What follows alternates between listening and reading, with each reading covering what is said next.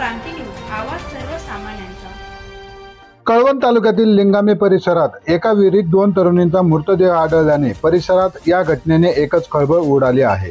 याबाबत पोलिसांनी दिलेल्या माहितीनुसार सविस्तर असे की आज दिनांक 28 ऑगस्ट रोजी सकाळी 8:30 वाजेच्या सुमारास लिंगामे येथील गोपीनाथ मोतीलाल पालवी यांच्या शेतगट नंबर 106 मधील विहिरीत 2 मुलींचा मृतदेह आढळला। ही बाब पोलीस पाटील एकनाथ सुभाष पालवी यांना समजल्यानंतर त्यांनी शहानिशा करत तात्काळ आबोना पोलीस ठाण्यास कळवले।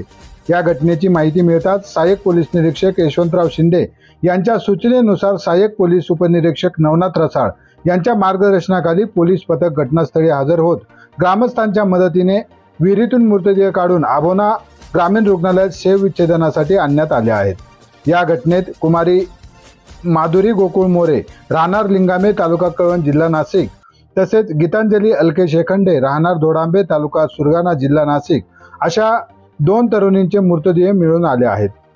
याबाबत आबोना पोलीस ठाण्यात अकस्मात मृत्यू रजिस्टर नंबर 32/2024 BNS 194 प्रमाणे नोंद करण्यात आली आहे।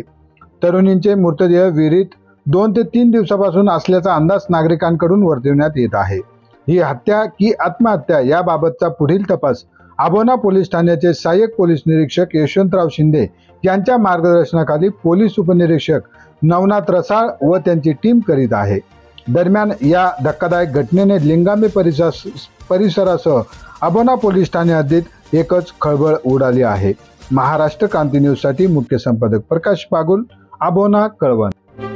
अशाच नवनवीन बातम्या पाहण्यासाठी आमच्या महाराष्ट्र क्रांती न्यूज या YouTube चॅनलला लाईक करा, सबस्क्राईब करा आणि बेल आयकॉनला प्रेस करा।